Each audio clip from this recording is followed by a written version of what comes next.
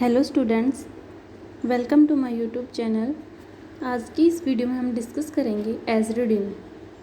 Okay, हमने ये भी जो हमारा पार्ट है ये हमारे जो हमारा हेट्रोसाइक्लिक का केमिस्ट्री का पार्ट चल रहा है वहीं से है।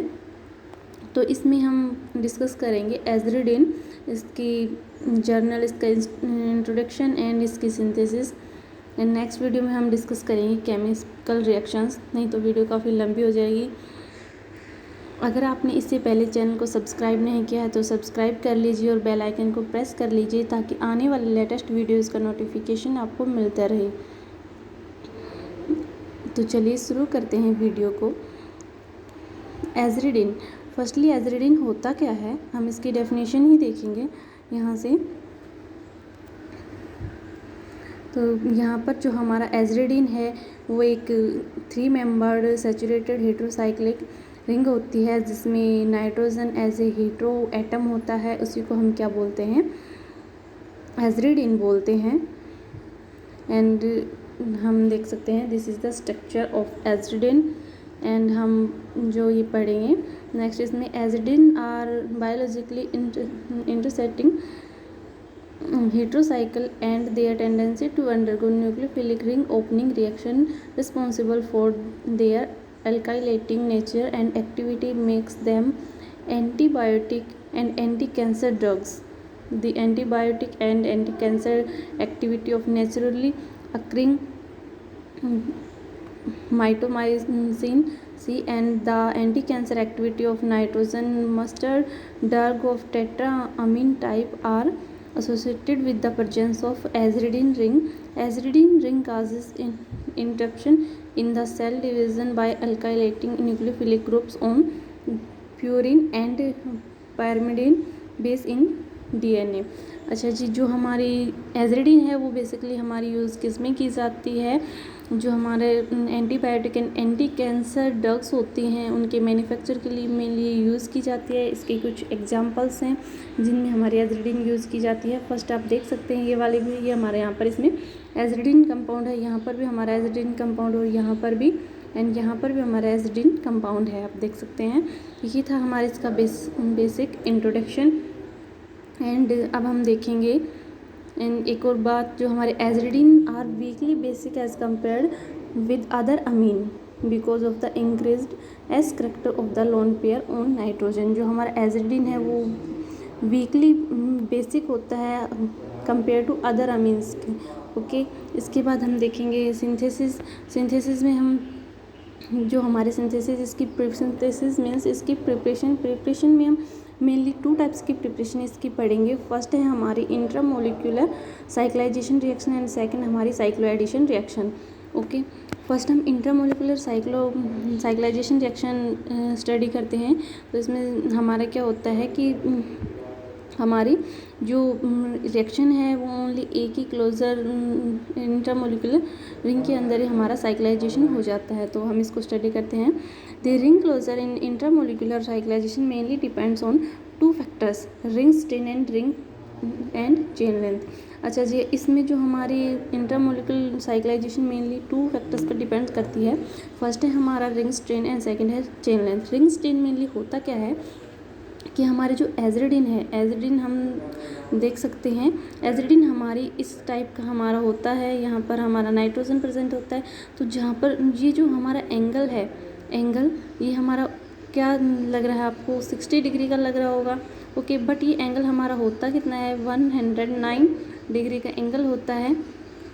लेकिन जब ये इतने हाई डिग्री का एंगल है बट इसको हमने 60 डिग्री का एंगल बनाने के लिए क्या किया होगा, कोई फोर्स किया होगा या कोई फोर्स लगाया होगा, तो हमारा इसमें क्या हुआ होगा, स्ट्रेन आया होगा।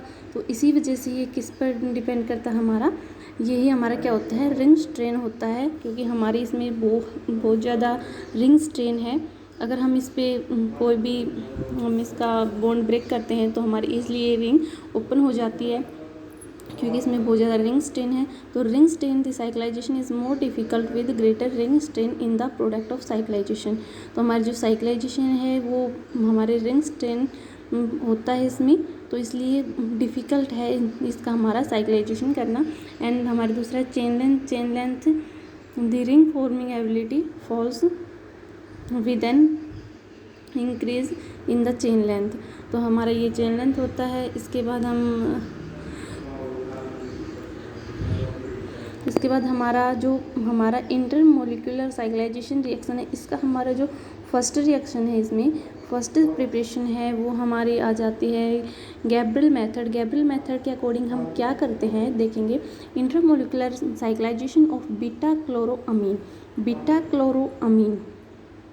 यहाँ पर हमारा बीटा क्लोरोअमीन देख सकते हैं आप, obtain by the treating of beta hydroxyamine. ये किससे मिला हमारा बीटा हाइड्रोक्सीअमीन, हमें यहाँ से मिला है with the hydrochloric acid. Provide aziridine beta hydroxyamine can be prepared by the reaction of epoxide. ये कह रहा है कि बीटा हाइड्रोक्सीअमीन हमें कहाँ से मिला है, इपोक्साइड से मिला है। Okay, and with the ammonia की प्रेजेंस में या फिर प्राइमरी अमीन की प्रेजेंस में हमने इसको रिएक्शन करवाई है, तब हमें ये वाला मिला है। तो हम इस रिएक्शन को याद रखेंगे। सबसे पहले हम क्या लेते हैं, इपोक्साइड लेके चलते हैं। इपोक्साइड का ये वाला बॉन्ड ब्रेक होता है हमारा। ब्रेक होने के बाद जो हमारा जो अमीन थी उसमें जो हाइड्रोजन है, एक हाइड्रोजन हमारा ये प्राइमरी अमीन है, तो एक हाइड्रोजन हमारा रिमूव होगा तो हमारा जो नाइट्रोजन है वो इस कार्बन पर अटैक करेगा, और अटैक करेगा तो हमारा ये जो यहाँ पर और हाइड्रोजन हमारा कहाँ पे आ जाएगा, ये इस ऑक्सीजन के पास आ जाएगा। तो ऑक्सीजन हमारे क्या हो जाएगा, यहाँ पर बीटा हाइड्रोक्सी अमीन मिलेगा हमें। इसके बाद हम हाइड्रोक्लोरिक एसिड के साथ इसकी रिएक्शन कराएंगे तो हमें क्या मिल जाएगा, हमारा बीटा क्लोरोअमीन मिलेगा, क्योंकि हमारा यहाँ से जो OH ग्रुप है ये रिमूव हो जाएगा और हमारे इसकी जगह पर क्या ऐड हो जाएगा, क्लोरीन ऐड हो जाएगा, और यहाँ पर जो हमारा H2O रिमूव हो जाएगा, देख सकते हैं आप यहाँ से। ओके, इसके बाद हमें क्या किसके साथ रिएक्शन करवाएंगे, हम इसकी बेस के साथ रिएक्शन करवाएंगे, और HCl हमारा यहाँ से क्या हो जाएगा, रिमूव हो जाएगा। ये वाला हाइड्रोजन और ये वाला क्लोरीन हमारा इस यहाँ से क्या हो जाएगा, रिमूव हो जाएगा, और हमें क्या इसकी प्रिपरेशन हो जाएगी, यहाँ से हमारे एसिडिन की प्रिपरेशन हो जाएगी। ओके, इसके बाद the reaction process the intermolecular displacement of the hydrogen atom by the amino group via SN2 mechanism. The reaction is stereospecific and occurs with the inversion at carbon bearing leaving group। ये कह रहा है कि जो हमारी यहाँ पर जो रिएक्शन होती है ये SN2 मैकेनिज्म होती है, यहाँ पर हम जो बेस के प्रेजेंस में कराते हैं SN2 मैकेनिज्म होती है, और जो रिएक्शन है हमारी ये स्टीरियोस्पेसिफिक रिएक्शन है। ओके, इसके बाद हमारा इसमें सेकेंड मेथड आ जाता है वेंकर मेथड। वेंकर मेथड में हम क्या स्टडी करेंगे कि the reaction of beta amino alcohol, beta amino alcohol यही है हमारा, हम इसको क्या बोल सकते हैं, बीटा हाइड्रोक्सी अमीन भी बोल सकते हैं। ओके, इस विद सल्फ्यूरिक एसिड में इसकी रिएक्शन करवाएंगे, क्या देगा हमें, बीटा अमीनो हाइड्रोजन सल्फेट देगा, और इसका डेरिवेटिव, एंड हम इसको जब बेस के साथ ट्रीटमेंट करेंगे इसका, तो हमें क्या होगा, मिलेगा एसिडिन मिलेगा। ओके, सिंपल, ये हमारा मेथड है, बहुत ही ईजी है। इसके बाद हम इसकी थर्ड रिएक्शन पढ़ेंगे, क्लोरो नाइट्राइजेशन ऑफ टेट्रा एल्काइल अमीन। इसमें हम देखते हैं कि the method discussed in the process section are not used to synthesize 2,2,3,3 tetra alkyl aziridine because the corresponding beta haloamine required cannot be easily prepared. Close and basis development a method will involve their steps। ये कह रहा है कि इसमें हमारे 3 steps use होंगे। ये वाले फर्स्ट होगा हमारा chloronitrization of tetra alkyl alkene, and second हमारा reduction of nitrochloride, and third हमारा क्या होगा, अमीनो डेरिवेटिव विद बेस के साथ रिएक्शन होगी हमारी। तो देख लेते हैं तीनों स्टेप हमारे इस रिएक्शन के थ्रू हम।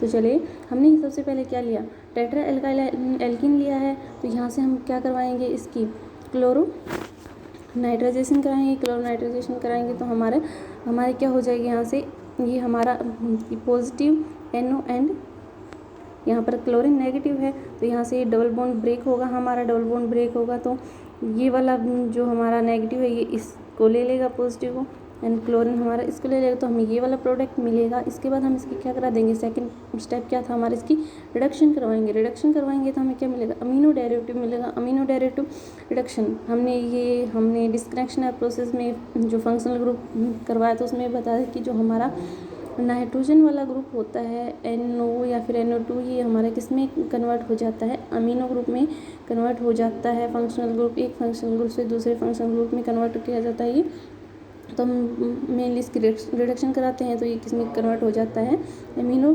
ग्रुप में कन्वर्ट हो जाता है। इसके बाद हम इसकी बेस के साथ, थर्ड स्टेप हमारा क्या है, बेस के साथ रिएक्शन कराएंगे तो हमें क्या मिल जाएगा, एजरिडीन मिल जाएगा। यही हमारी इसकी रिएक्शन है। देन सेकंड भी एग्जाम्पल है, आप देख सकते हैं, इसको एक बार देख लीजिए। एक एग्जाम्पल काफ़ी होता है, और करना चाहे तो आप और भी कर सकते हैं।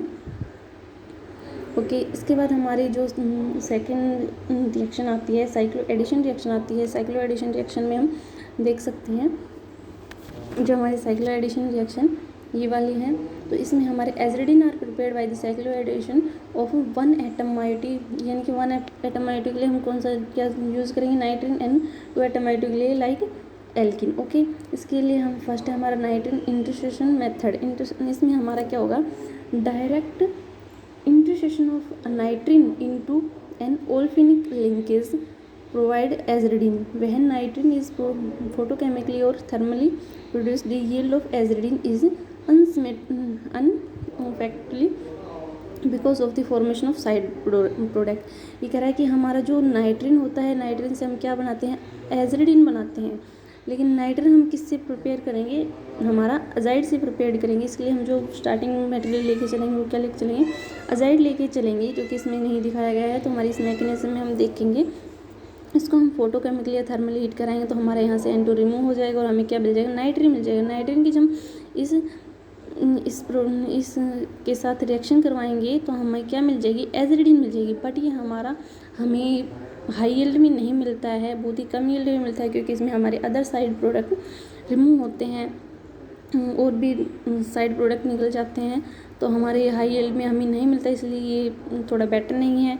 तो इसके लिए हम आगे चलते हैं, जिसमें हमारी रिएक्शन है। अगर हम इसको रूम टेम्परेचर पर कराते हैं तो हमारे रूम टेम्परेचर कराते हैं तो क्या होता है कि वही हम क्या लेके चलते हैं, एल्किन लेके चलते हैं यहाँ पर, और एल्किन को अजाइड के साथ रिएक्शन कराएंगे।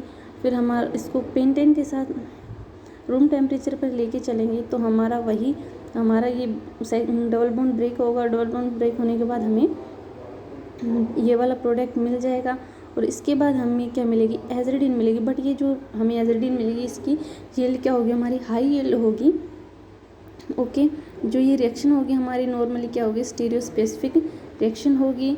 And stereo chemistry of 2 carbon unit is maintain in the cyclic product. Okay, ये हमारी क्या होगी, स्टीरियो स्पेसिफिक रिएक्शन होगी। यहाँ पर एक इसकी मैकेनिज्म दी गई है, हम मैकेनिज्म इस तरीके से करेंगे एजरिडीन की, तो देख सकते हैं आप, इसको स्टडी करेंगे।